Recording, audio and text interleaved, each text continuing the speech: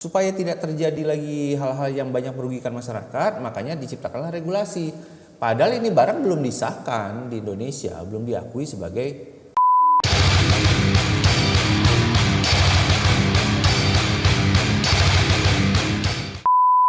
Assalamualaikum warahmatullahi wabarakatuh.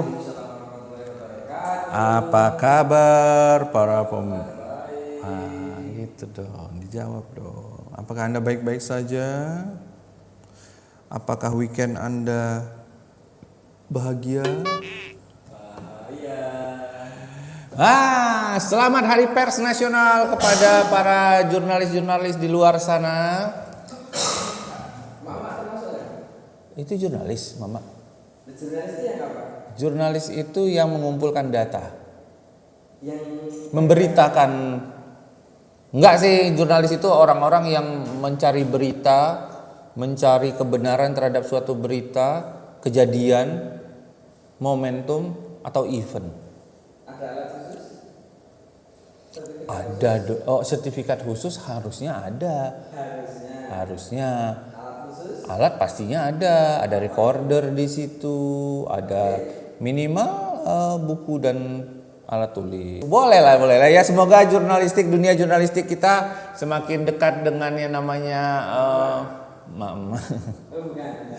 semakin cerdas, semakin dewasa, semakin terorganisir, semakin memegang teguh kode etik. Sehingga saya paham juga kadang-kadang tekanannya gede banget bro, kayak kecelakaan. Mereka antara memikirkan mendokumentasikan dulu atau menolong si korban dulu kan, itu kadang-kadang mereka dianggap orang sebagai manusia yang antipati kan, yang asosial gitu, karena nggak peduli kondisi orang. Tapi kan ya gimana ya, berat juga sih saya kalau di posisi kayak gitu, kayaknya nolongin dulu deh baru ngerekam ya. Tapi ya mungkin dapat berita ya. Ya udah ditolong diangkat, aduh belum ya, geletakin lagi terus baru direkam gitu. Paling nggak pasang tripod lah. Oh ya. Terus sambil selfie. Iya.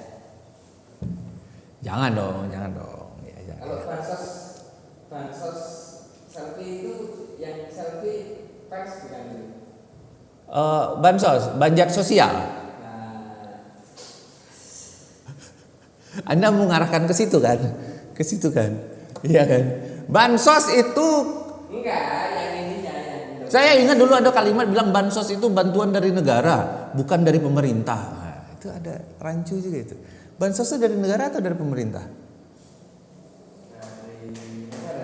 Dari negara. Ya sudah, kalau dari negara fair. Kalau dari pemerintah bagus dong, dapat kredit. Iya dong. Iyalah, ya udahlah, kita harus pahamin lah bahwa 5 hari lagi Anda nyoblos milih. Tapi ya gimana lah buat para pendukung paslon 1, paslon 3, ya harus sadari bahwa memang paslon 2 dapat banyak keuntungan ya, karena agak sedikit dapat bantuan dukungan dari pemerintah ya dalam hal ini. Presiden Jokowi dan teman-teman ya terlihat di atas kertas seperti itu. Jadi kalaupun Anda tidak menang pasangan 1 dan pasangan 3 ya wajarlah, normal gitu. Jadi nggak usah terlalu dikomplain secara keras lah. Wah nggak adil, nggak fair. Ya mau gimana gitu. Emang regulasinya memperbolehkan itu dan tidak dilarang. Intinya yang paling tepat adalah tidak dilarang gitu kan. Jadi ya wajar lah. Namanya petahana punya fasilitas lebih besar, punya link lebih banyak. Walaupun yang paslon 2 terlihat kalah di media ya, karena bos-bos Juragan TV ada di 1 dan 3 kan. But it's okay lah gitu. Untungnya punya medsos ya, itu yang memperbesar ya. Jadi penyebaran beritanya cepat banget gitu, lewat medsos, lewat TikTok. Rame banget kan para buzzer-buzzer itu kan, perang di komen kan di TikTok segala macam, di chat tuh, di grup-grup tuh. Anda ngechat ini, ternyata Anda masuk di grup yang salah, nggak ada yang ngerespon. Terus buat Anda yang chatnya dibales gitu, jangan bangga chat Anda dibalas, karena pemenangnya adalah chat yang dihapus. Ya kan? Ya kan? Yang dihasil. Bukan berarti Anda banyak loh grup-grup teruni itu sekarang isunya politik semua. Ya semoga lah ya 5 hari lagi ini suasana kayak gini udah selesai lah ya. udah diketok palu, terus di bulan September Oktober itu udah terakhir pergantian presiden, udahlah kita udah damai lagi, siapapun presidennya dukunglah demi kemajuan Indonesia kan, apapun program sekarang yang sudah berjalan terutama ya sudahlah diselesaikan, dituntaskan, jangan dihentikan karena duitnya udah terlanjur keluar bro ya. Kasihan ya buat pendukung yang tidak menang ya berbesar hatilah karena kesempatan masih ada dan kita punya porsi masing-masing untuk bikin Indonesia maju ya. Itu dia. Kita baca berita ini tentang Bapak investasi dunia. Bapak investasi dunia. Ini ada Bapak Warren Buffett.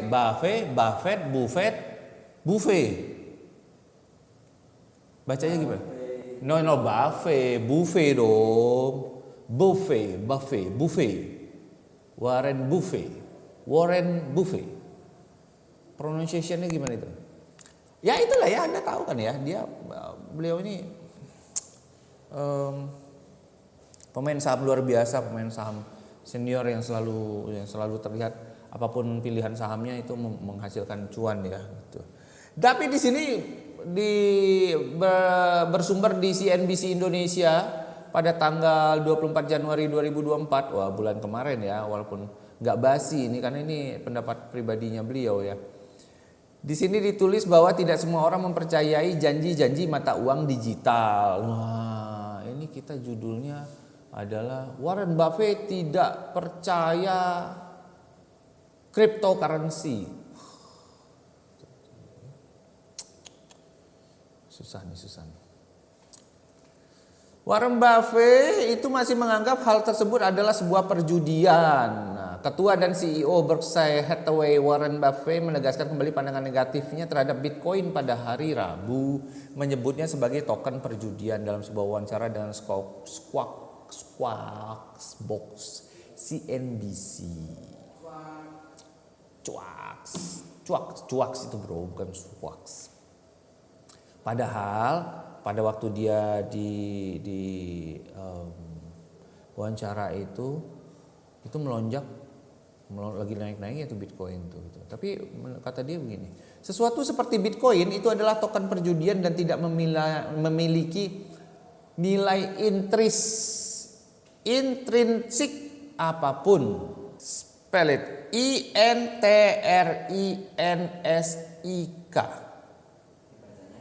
Intrinsik adalah segala hal, sifat atau karakteristik yang berasal dari dalam diri suatu objek atau individu.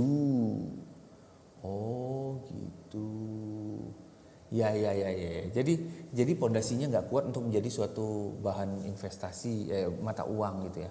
Kan ini mata uang digital ya. Tetapi hal itu tidak menghentikan keinginan orang untuk bermain roulette, perjudian ala Rusia ya, itu kata Buffett.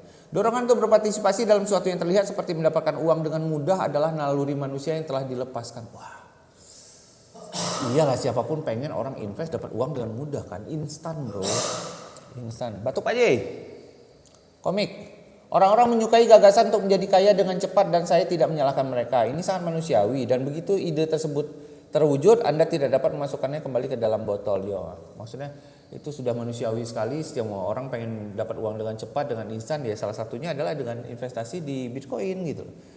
Karena mungkin yang terlihat benar-benar pemain Bitcoin adalah ketika Bitcoin ini pertama kali keluar gitu kan, di harga rendah, kemudian mereka sudah dapat balik modal dan mereka sudah kaya, bahkan ada menjadikan beberapa Bitcoin sebagai mahar ya untuk kawin, untuk nikah kan.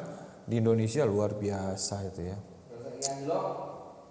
Sekarang anjlok katanya 2025 bro, itu bakal naik lagi gitu loh. Nah di sini juga ada si wakilnya juga, dia bilang kripto nggak rasional kata dia. Jadi kalau menurut kita sih sebagai pelaku investasi bisnis, real bisnis ya di bidang trading online, perdagangan berjangka. Saya melihat cryptocurrency ya untuk di Indonesia sendiri memang tidak, kripto dan Bitcoin dan segala macamnya memang tidak diakui sebagai alat pembayaran yang sah. Tetapi di masyarakat itu sudah terjadi keriuhan di sana sini tentang bagaimana caranya, tentang begini, orang ikut sana ikut sini melihat yang sudah kaya, benar atau tidak ceritanya. Nah, maka pemerintah supaya tidak terjadi lagi hal-hal yang banyak merugikan masyarakat, makanya diciptakanlah regulasi. Padahal ini barang belum disahkan di Indonesia, belum diakui sebagai alat pembayaran yang sah gitu. Tetapi karena untuk menghindari kerugian lebih banyak di masyarakat, maka diregulasikan, diciptakan regulasi sehingga ada pedagang kripto yang resmi, ada banyak entitas yang diresmikan oleh pemerintah melalui Bapepti, ya, melalui Kementerian Keuangan dan Perindustrian. Jadi buat anda yang tertarik, wah saya main kripto, apa ya kripto ya, pengen ini segala macam.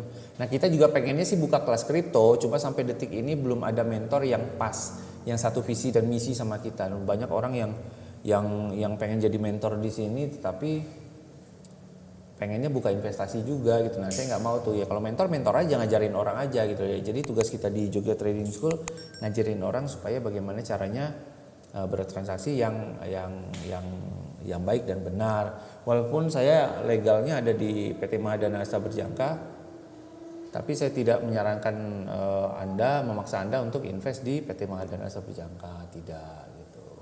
Bebas lah milih di mana. Tapi kalau Anda punya legal, salah satu pilihannya adalah PT Mahadana Asa Berjangka. Karena saya di situ, saya dari 2008 ada di PT ini, jadi saya tahu dengan persis ini PT legal, bagus, bersih, dan komitmen terhadap uang. Dan Anda mau tarik dana kapan aja itu bebas.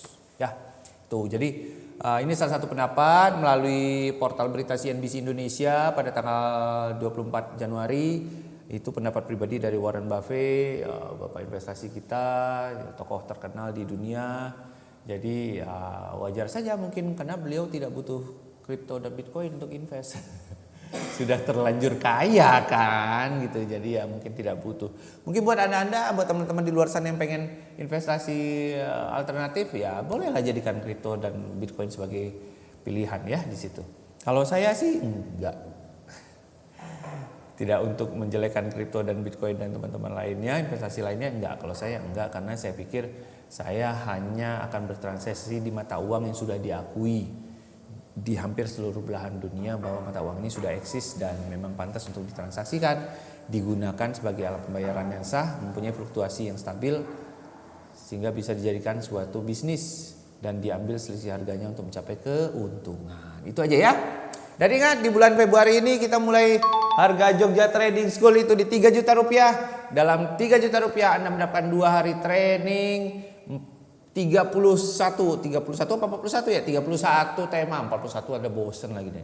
31 tema, kemudian ada 4 sesi, ada dapat modul, dapat sertifikat dan foto bersama kita yang ada di sini. 3 juta rupiah Anda sudah mendapatkan bonus 1 real account senilai 2 juta rupiah atau sama dengan $200 dengan fixed rate 10.000 per dolarnya. Ya? Yang kemarin kita 1.250.000, sekarang cukup 3 juta aja. Jadi kalau Anda lebih untung loh. Anda cuma bayar belajar di sini ini cuma 1 juta. 2 jutanya kan jadi duit Anda juga, jadi akun kan. Jadi apa yang sudah Anda dapatkan di kelas itu langsung Anda praktekkan di real money gitu, real account kan. Setelah Anda demo tentunya ya. Ikuti prosedur itu. Gitu ya. Langsung kontak admin di bawah ini. Jangan lupa kritik dan saran kita butuhkan. Tetap dukung kita, subscribe, share, like, komen. Komen jelek juga nggak apa-apa bro, itu membangun kita kan. Karena selama ini kita terbangun dari hal-hal yang jelek. Kalau hal-hal yang bagus selalu kita kayaknya nggak bangun bro. Ya kan, buktinya kalau Anda mimpinya bagus, Anda nggak bangun kan? Iya kan? Mimpi jelek bro biasanya kebangun bro. Gitu. Kalau mimpi bagus mah biasanya enggak, senyum-senyum aja kan. Atau besok pagi mandi kan, bangun pagi kan mandi kan, mau berangkat kerja kan. Gitu dong. Ya gak? Ya, jangan lupa selalu dengarkan musik karena musik membuat kita rileks, apapun jenis musiknya tergantung selera Anda. Ya, karena saya suka musik. Musik membuat hari-hari menjadi bahagia. Ya.